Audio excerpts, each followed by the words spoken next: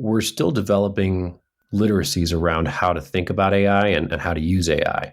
And as those literacies are still nascent, I would urge caution on how you want to use them.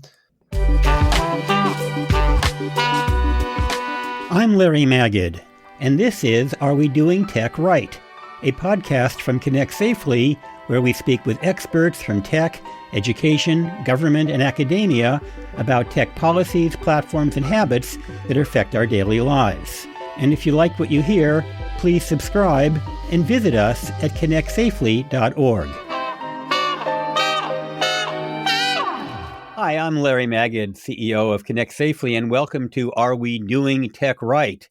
And a good person to know whether we're doing it right or wrong, or at least have a strong opinion, would be Shea Swauger, who is with the Future of Privacy Forum, a graduate student and former staff member at the University of Colorado, and an all-around expert on privacy and policy and all things tech. So, Shea, thanks so much for joining us. Thanks so much for having me. I appreciate it. Well, let's start a little bit by talking about your background and FPF, Future of Privacy Forum, what you're doing there, what it's doing, and how this kind of ties in to some of the big issues that are going on right now around privacy and tech policy, AI. You know the drill. There's a lot on the minds of people who follow tech these days. You are not wrong. So for those that don't know FPF, it stands for the Future of Privacy Forum. It's a nonprofit privacy organization that brings together really smart people that think about technology and privacy and how do we understand especially emerging technologies and making choices around data in a way that is going to benefit everybody that uses them and trying to think ahead around problems before they become an immediate issue, I think is one of the things that we do best.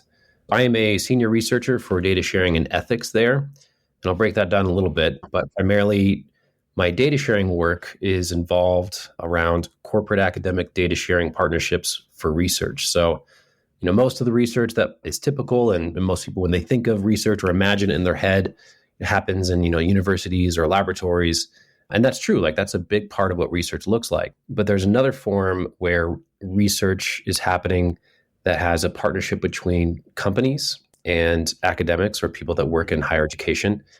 And how do we facilitate data sharing between companies that either produce or gather the data and to the people that need the data to answer questions that further something that maybe is related to health or education or transportation, and collecting that data from a university side would be either too expensive or there's some bottlenecks around how we collect that data. And so having that partnership between companies and higher education can help scale research questions or allow new questions to be asked. But there's definitely some privacy and some ethics issues when the data is coming from companies. And so we need to make sure that we're doing that in a way that doesn't harm anybody, that it respects informed consent, that is equitable. So that's the data sharing part. And then it kind of bleeds into the data ethics part. Is data has a lot of consequences, especially depending on who you are. The consequences are not equal among populations and across populations. And so how do we collect, use, share, publish, reuse the data in a way that is going to benefit the most amount of people, reduce harm as much as possible, and improve the lives of the people that it's about? And one question that always comes up from an ethical standpoint when companies help subsidize research is whether they have their finger on the scale. I'll give you an example outside of tech. There's a lot of research that suggests that wine is good for you. But it turns out, and I'm not saying it isn't, I hope it is because I do consume some of it, but it turns out that a lot of this research is funded by the wine industry. Now, that doesn't mean that it's biased research, but it obviously brings up a question whether the methodology, the kinds of questions they're asking, the population they're going after, whether or not this is really the same level of unbiased research that we might expect if the government were paying for it or some foundation were paying for it, or if it was just done by a university out of its own funding. That's a great example.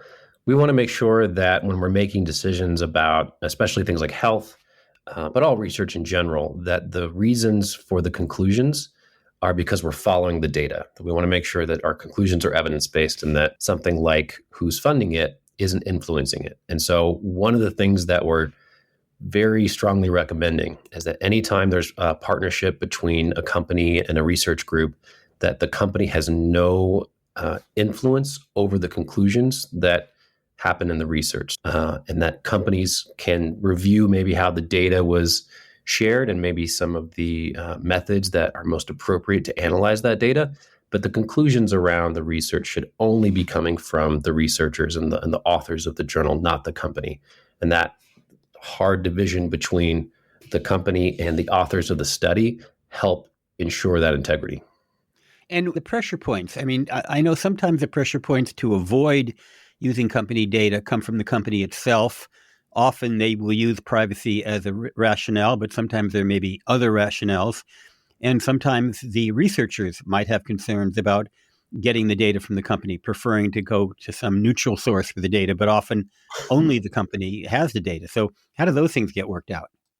Well, I'll push back on maybe one of the premises that there isn't a neutral data source. The data is not neutral no matter where you get it from. But I understand the question, and it's totally legitimate. Companies that don't want to share data, there are a multitude of reasons for why that is.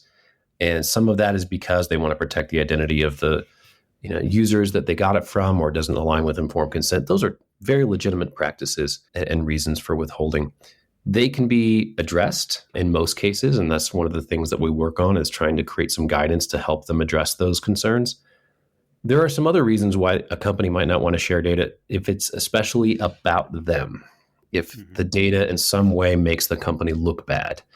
And so for especially larger companies, that if the research is about the practices of those companies that would create maybe a public relations issue, then they're not going to be incentivized to share it. And so that's sort of the reasons why companies might hide behind we don't want to share because it would make us look bad, but we'll say it's because of privacy. And, I would like there to be more tools around how do we, in those cases, still make sure that the research gets done because it's going to be in the best interest of the public. And from the research side, anyone that doesn't want to work with company data because they want to conduct their own research, I think it's born out of a few things. One is cultural, is that most of the times that we're taught in our disciplines, especially in graduate programs, where we're taught how to do research. And most of that teaching is around collecting or generating data on your own, like sort of using novel data collection methods. So that's, in some disciplines, that's generating surveys. In some disciplines, that is using equipment to generate new kinds of data. And so the idea of using previously existing data that's not public is not something that's in most disciplines' pedagogy. That's not the way that they train new researchers into the field.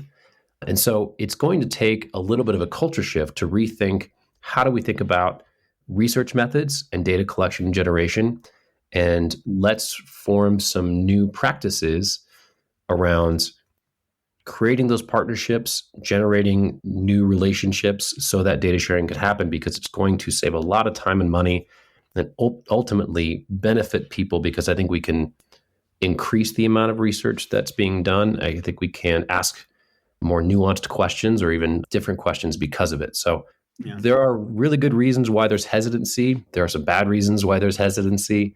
And I think there are some just very traditional cultural reasons why it's going to be some time before we get there. And then there are situations where things go really wrong. I actually met you at a Meta event. And as most people now know, Meta used to be called Facebook. And when it was Facebook, it was engaged in a scandal. It was involved in the Cambridge Analytica scandal, where data from tens of millions of Facebook users wound up going to places that it wasn't supposed to go. So how could that happen? And how can we make sure something like that would never happen again? That's probably what most people think of, the Cambridge Analytica scandal, when they think about when things go wrong. So there's definitely things that we've learned since then that we know to do in future partnerships. One of the things that we want to make sure that we're doing is anytime there's partnerships between a company and a research group, that everything is going to go through an IRB review. So that's an institutional review board. These are a group of professionals that sit and deliberate around privacy and ethics, and informed consent was one of the big ones that came up. And the more we can have IRB review or equivalent review boards looking at partnerships like these, the better.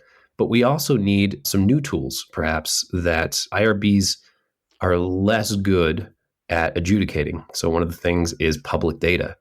Under current IRB guidelines, any use of public data is acceptable and doesn't require review. And it doesn't even matter where that data came from. So like a data breach could release, millions of people's information online, but now that it's public, researchers could go in and use it for research.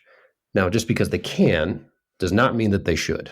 So we're going to need some new tools and regulations and guidances for researchers to make ethical decisions around when to use data like that, especially with new partnerships. So there's another type of data that's on the horizon right now, going both in and out, and that, of course, is generative AI. Generative AI is producing data, producing actually new content in a sense by consolidating content it finds from the various ways that its language models have been trained. Perhaps more important, it's getting data from its users. So if I go in and I ask it a question about a medical condition, that information about the medical condition I'm interested in, which means I probably am affected by it, is now being entered into a database. Whether or not it's being recorded or not, or associated with me, is a really important question. I'm logged in, if it's ChatGPT or Bard, for example. And if I were to ask about a medical condition, perhaps I might not want anyone to know that I'm concerned about that condition. Should I be worried? Well, I would definitely not recommend putting in private information into any generative AI systems. For one, I think that's a good practice. Is you don't necessarily know how the information that you're entering into those Well, let me systems. push back. Okay, I think most of us are not going to put our social security number in, but if we're interested in solving a problem, like I Yep. want to know where to live, I want to know if this person is right for me, I want to know if I should buy a Ford or a Chevy, I want to know whether I should get an operation. These are This is personal information. I mean, Mhm. and that's kind of the point of AI, is to get advice on things that concern you. So I think we're still developing literacies around how to think about AI and how to use AI. And as those literacies are still nascent, I would urge caution on how you want to use them, especially with really important decisions. Like all the ones you listed are ones that I would say are better answered by sources that are not AI based. So, am I, with the right person? You should talk to the person. You should maybe You mean talk to the family. ChatGPT won't help me solve my relationship issues, huh? Yeah, I wouldn't go to ChatGPT first for Yeah, relationship advice. There's lots probably of not. other sources, but also like I want to acknowledge that like the Biden administration came out with a new Yeah. executive order on AI, and I'm still processing what that is. And there's a lot of people that are coming out with their analysis, and so the landscape is still rapidly shifting. But I definitely think that all AI is based on data, and even though there are some like novel data sources, all that data is based on something that happened in the past. It's historical data. Mhm. And so, one of the things that is at risk when we use AI, either generative AI or other forms, is reproducing the past. And so, one of my favorite scholars on this, her name is Dr. Ruha Benjamin. She was talking about predictive policing. And Mm. she reframed it as, instead of predictive policing or a crime prediction, she called it crime production. And she was describing a vicious cycle where police generate data around, especially like poor and non-white neighborhoods, and therefore they have higher crime rates in their data sets, which justify further policing, and it's a vicious cycle. And so it's Mhm. a form of crime production. But that is a form of how other non-technical forces influence the operations of technical infrastructure like AI. And I think there's a tendency to consider the information that you get from an AI or maybe from a search engine as somehow objective. And I'm using like scare quotes, objective. Right. And I think this goes back to a literacy. And so as a former librarian, we talk about information literacy a lot. And so how do you evaluate the credibility of the information you're given from a particular system is a skill. It takes practice, it takes cross-referencing, it takes some time, and often it takes talking with other experts in the field or people that are information experts to help you process and analyze and synthesize that kind of information. And we're not there yet. I mean, we're still trying to figure out how to do information literacy with search engines for most students in higher Right. education, at least. We don't have developed literacies around interpreting AI outputs yet. And as we talk about the caution, then you're certainly urging people be cautious. How do we draw the line between caution and moral panic? Because there is right now in the generative AI field a lot of moral panic. Some of it, ironically, is coming from industry itself. When the leaders of the generative AI companies start talking about, existential threats, extinction level threats compared to Yeah. nuclear war and global warming, that doesn't help the matter when it comes to trying to calming fears. So how do we address that issue right now? Yeah. So I definitely don't have the same kind of existential panic, at least from an AI perspective, that maybe some people do.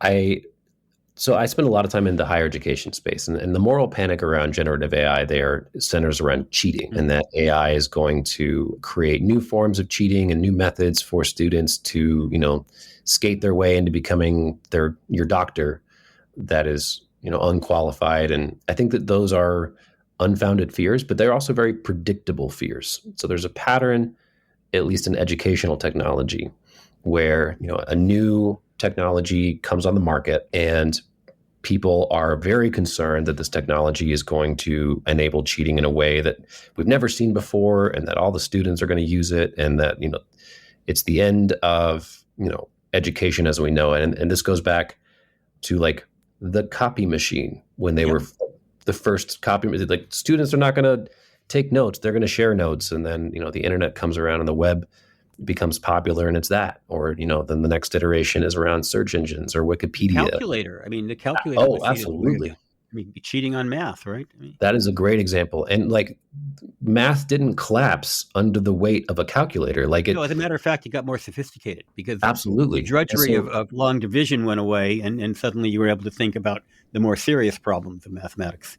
and that's like the best case scenario, is that like, instead of the more mechanical procedural elements of math education, students were then able to offload some of that procedural work onto a device and be able to answer and think about new kinds of questions. And so math education just adapted, it incorporated and encouraged calculators as a tool and changed the way that they teach and assess learning with that incorporation. And it's great. Like, I wouldn't want calculators to go away. I use them all the time. Right, at least at the higher levels. I mean, if you're trying to teach long division, if that's your purpose, to teach someone to add, subtract, multiply, and divide, then yeah, maybe they shouldn't have a calculator. But if you're trying to teach statistics or predictive models or whatever, or get a rocket to Mars, it might be helpful to have a tool or three to rely on. Absolutely. And I think we can integrate generative AI or other forms of AI into education and adapt in the ways that we have for every new kind of technology. So what else keeps you up at night? What should we be concerned about right now in terms of, especially on the privacy front, given all the things that are going on right now? I don't know if I have a specific issue or technology that is the one that keeps me up at night, but I definitely have some sub areas of interest. Like, I'm doing a PhD right now in education, and most of my work in that is around school shootings.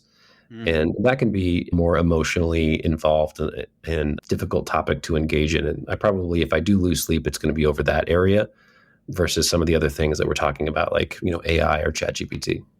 Yeah, we've been thinking a lot about both school shootings and what's going on in the Middle East right now in Mm-hmm. terms of its impact on children, not necessarily the specific victims who are affected by the actual shooting, but the rest of us that have to read about it and watch it on television and think about it and possibly see gory aspects of it on the internet and what impact that's having on people's psychic, especially the other children.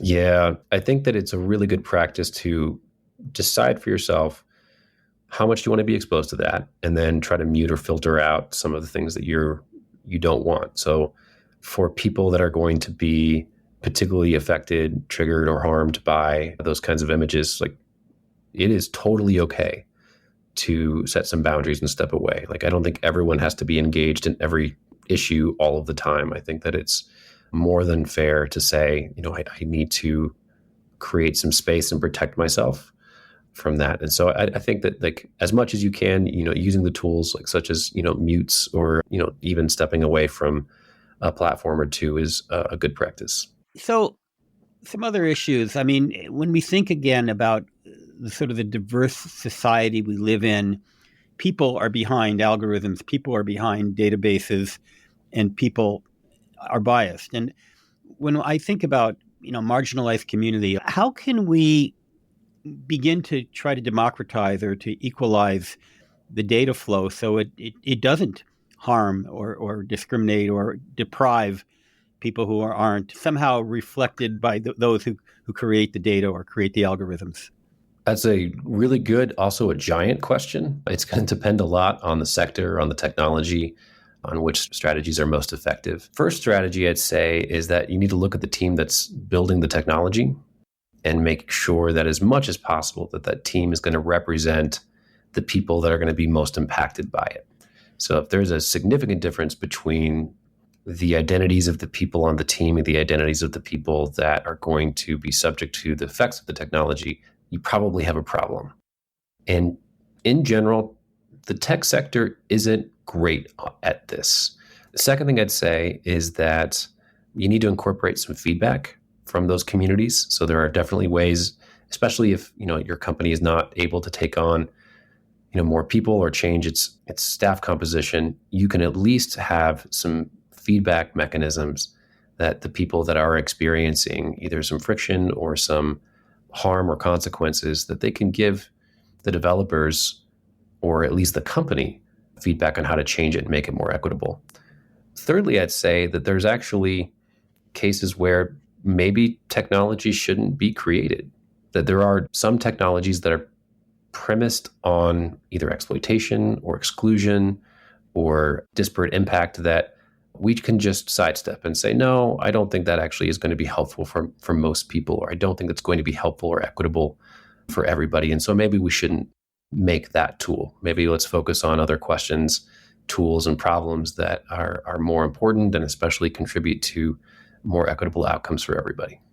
I'm curious your thoughts on something that I think a lot about and sometimes talk about at events, which is the line between protection. I can protect you from ever getting into a car accident by never letting you out of your house. We can pretty much, unless a car goes through your front door, pretty much guarantee you're not going to be harmed by a car if you're locked up in your house.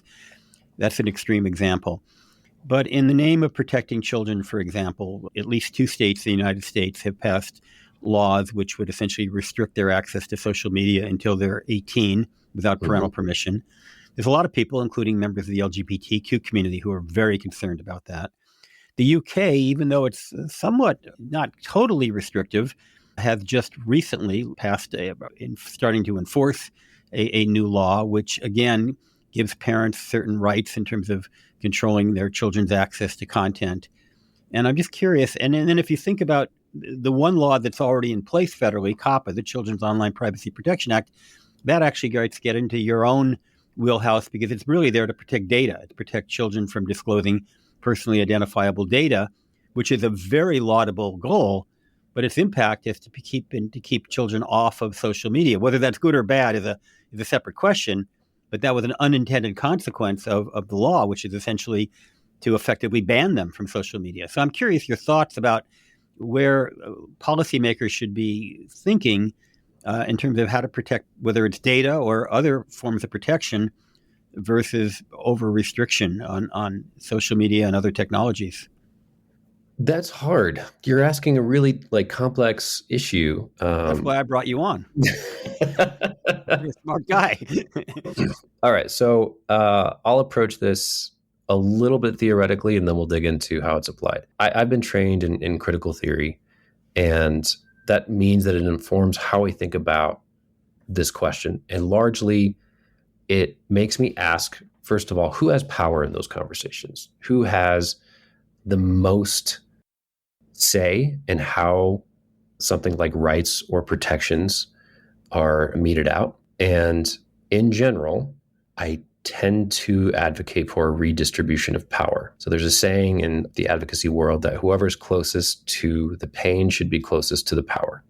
And that means that if someone or a group of people is harmed by something, they should be given the tools to change that thing or be allowed to participate and given significant deference in how that thing operates in the future.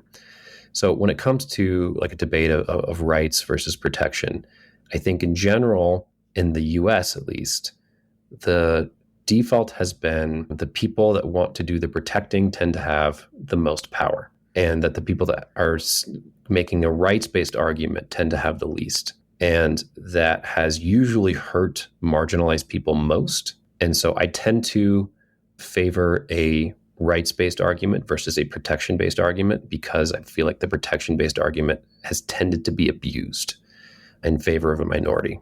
So specifically, I would want to make sure that in any particular case, be it COPPA or another law, that the people that are saying that their rights are being infringed upon or truncated in any way are probably given the benefit and the majority of the power in making those kinds of decisions, versus the protection-based argument of I'm hearing very little outcry from young people demanding more parental controls over their social media. I rarely see that.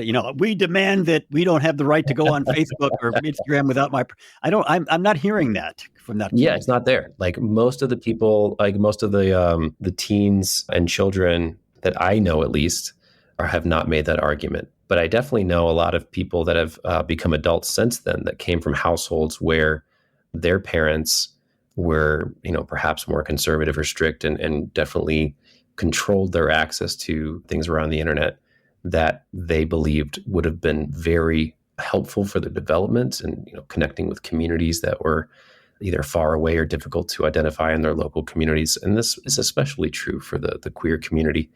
And so I would favor like the gay or trans teen, their ability to connect with other gay or trans teens over the parents' preference to say, we don't want to allow our children to connect with those communities because of our values or beliefs. And I would extend that also to people whose religious or political beliefs or interests may differ from their parents. I'm sure there are Republican teens in this country whose Democratic parents would prefer they not go on to Act Blue, yeah.